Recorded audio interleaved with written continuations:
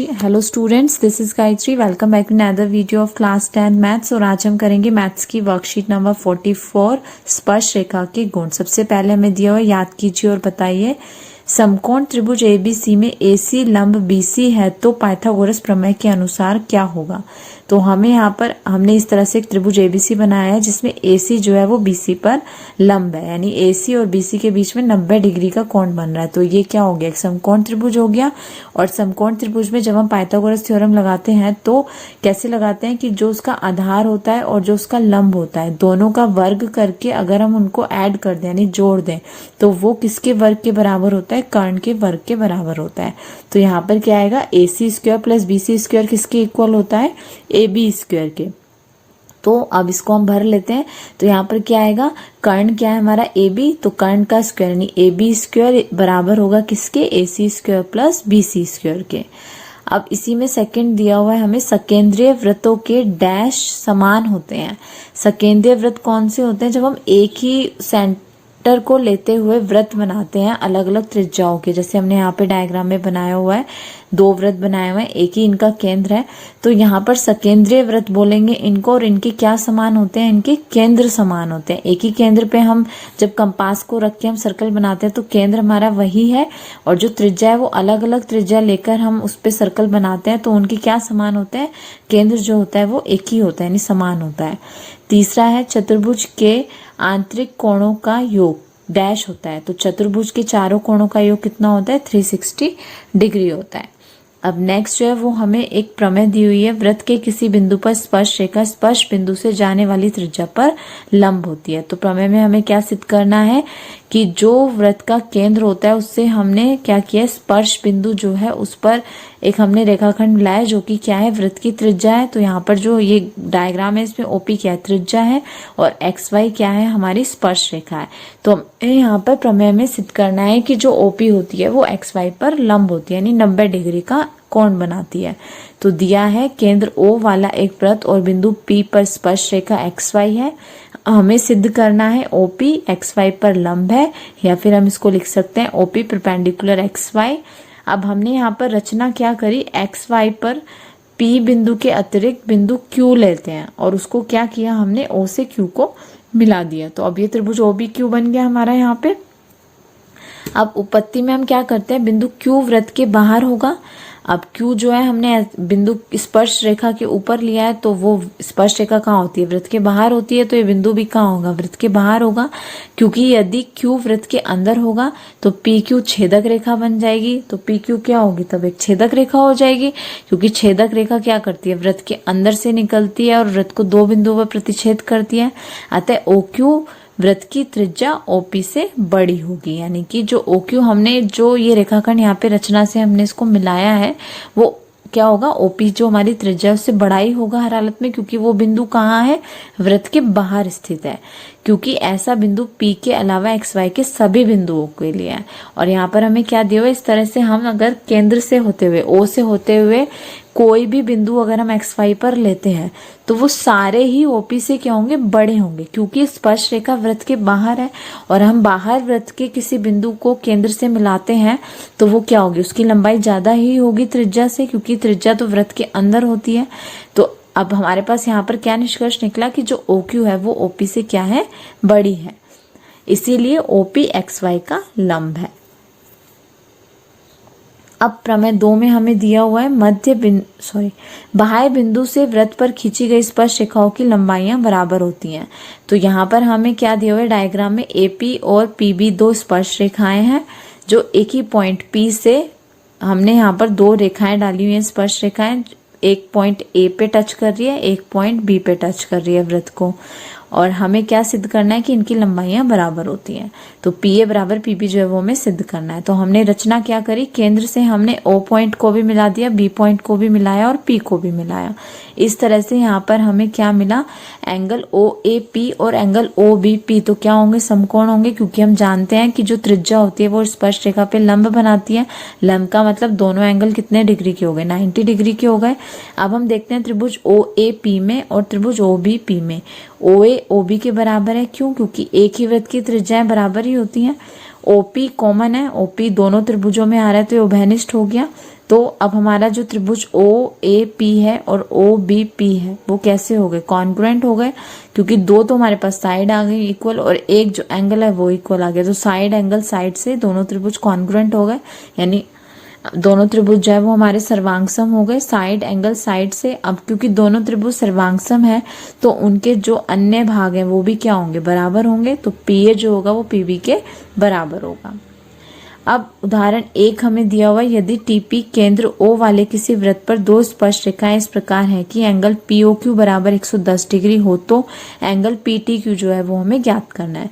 तो यानी यहाँ पर जो हमें डायग्राम दिया है इसमें OP व OQ क्या है, वृत्त की त्रिज्याएं हैं, और PT व TQ क्या है, PT TQ क्या है, स्पर्श रेखाएं हैं। इसीलिए अब हमें पता है त्रिज्या स्पर्श रेखा पर 90 डिग्री का एंगल बनाती है, समकोण होती है, लंब होती है। तो ये क्या होंगे, दोनों ही एंगल 90 डिग्री के होंगे, यानी OPTB और OQTB 90-90 डिग्री के हो गए। स्पर्श बिंदु से जाने वाली त्रिज्या पर लंब होती हैं रेखाएं। अब एंगल OPT बराबर OQT तो हमारा कितना आ गया, 90 डिग्री आ गया। अब हमें पता है कि जो चतुर्भुज है, यानी ये जो चतुर्भुज बन रहा है POQT, इसके जो चारों एंगल है, चारों कोण है, उनका सम कितना होता है, उनको अगर हम जोड़ें तो किसके बराबर होता है, 360 डिग्री के। तो यानी कि हम इसको ऐसे लिख सकते हैं, angle PTQ plus angle OPT plus angle POQ plus angle OQT बराबर 360 डिग्री। अब हमें पता है PTQ तो हमें निकालना है, OPT 90 है, POQ 110 है और OQT 90 है, और ये किसके बराबर होना चाहिए, 360 डिग्री के। अब इन तीनों को प्लस करके 360 डिग्री में से माइनस करेंगे, तो प्लस करेंगे तो इनको कितना आ जाएगा, 90 और 90 180, 10 190, ये कितने हो गए, 290 हो गए हमारे पास। अब 290 को 360 में से माइनस करेंगे तो कितना आएगा, 290 में से अगर हम 360 को माइनस करते हैं तो हमारे पास कितना आ जाएगा, 70 डिग्री। तो यानी एंगल PTQ कितना आ गया हमारा, 70 डिग्री। अब उदाहरण 2 में हमें दिया हुआ है AB वृत्त की जीवा है, AOC उसका ऐसा व्यास है कि एंगल ACB बराबर 50 डिग्री है। यदि ATA पर वृत्त की स्पर्श रेखा हो तो एंगल BAT का मान ज्ञात करना है। हमें यहाँ पे दिया है AOC वृत्त का व्यास है, एंगल ACB 50 डिग्री है और एंगल BAT हमें निकालना है।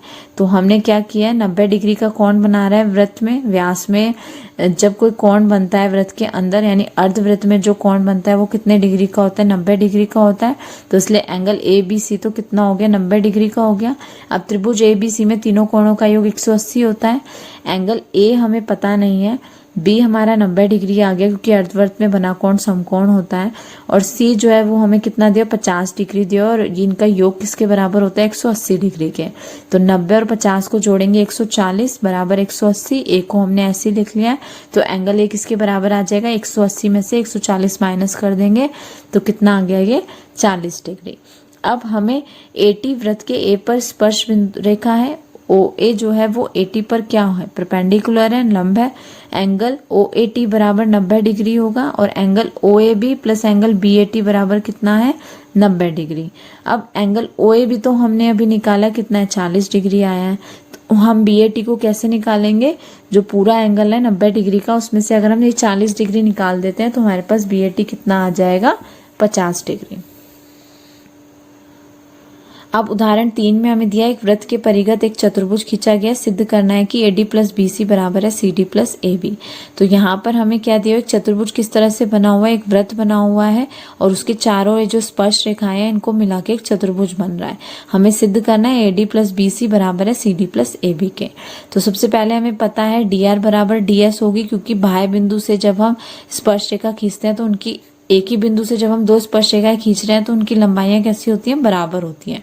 इसी तरह से BP और BQ बराबर होंगे, AP और AS बराबर होंगे और CR और CQ बराबर होंगे।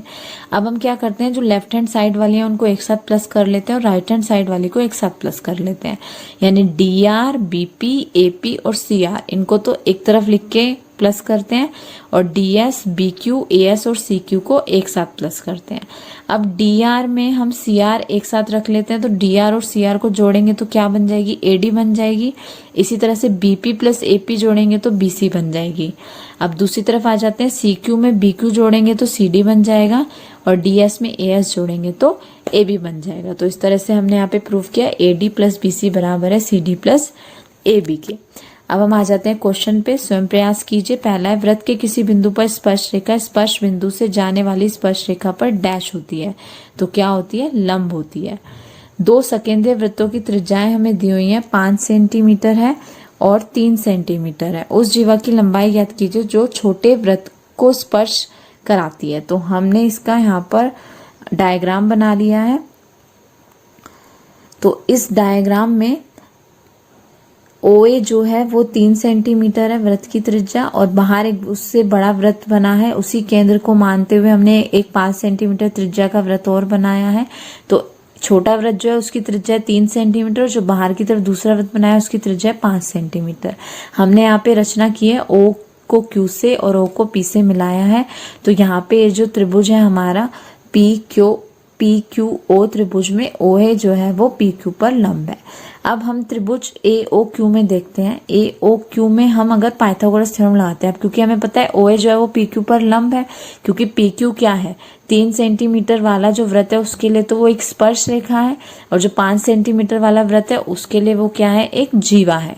तो जो अंदर वाला छोटा वाला वृत्त है जिसकी वो एक स्पर्श रेखा है, तो हमें पता है कि त्रिज्या जो होती है स्पर्श रेखा पर लंब है, तो 90 डिग्री का एंगल होगा। तो अब हम क्या करते हैं, इस त्रिभुज में हम पाइथागोरस थ्योरम लगाते हैं और AQ की वैल्यू फाइंड करते हैं। तो हमने क्या किया, त्रिभुज AOQ में OA square plus AQ square बराबर होगा OQ स्क्वायर के। OA हमें दिया हुआ है 3 सेंटीमीटर, AQ हमें निकालना है, OQ हो गया 5 सेंटीमीटर। तो इसका स्क्वायर करेंगे, 3 का स्क्वायर करेंगे 9 आएगा, AQ का स्क्वायर हम ऐसे ही लिख लेते हैं, और 5 का स्क्वायर करेंगे 25। तो AQ स्क्वायर बराबर कितना आ गया? 25, और ये 9 जो है इधर आके माइनस हो जाएंगे, आएगा कितना? 16। तो AQ हमारा कितना आ गया? स्क्वायर हटाने के लिए हम इसका वर्गमूल कर देंगे, तो हो गया √16, और √16 किसकी वैल्यू होती है? 4 की। तो AQ यहाँ से हमारे पास कितना आ गया? 4। अब OA जो है वो PQ को समद्विभाजित भी कर रहा है क्योंकि लंब है वो, तो PA बराबर क्या होगा? AQ के होगा, और AP बराबर AQ कितना है हमारे पास? 4 सेंटीमीटर। अभी हमने निकाला कि हमारा AQ 4 है, तो AP भी कितना होगा? 4 होगा। और PQ जो है, पूरा PQ जो है वो क्या हो जाएगा? क्योंकि समद्विभाजित कर रहा है, तो जब आधा और AQ जो है AP के बराबर है, तो यानी इसको हम क्या लिख सकते हैं? PQ बराबर है ट्वाइस AQ के, यानी अगर हम AQ का डबल कर दें, दोगुना कर दें, तो PQ हमारे पास आ जाएगी। तो हमने क्या किया? 4 का दुगुना कर दिया, यानी 2 गुणा 4, तो हमारे पास PQ कितनी आ गई? 8 सेंटीमीटर। अब तीसरे क्वेश्चन में हमें दिया, यदि एक बिंदु P से O केंद्र वाले किसी वृत्त पर PA PB स्पर्श रेखाएं परस्पर 80 डिग्री के कोण पर झुकी हैं, तो एंगल POA किसके बराबर होगा? ये हमें निकालना है।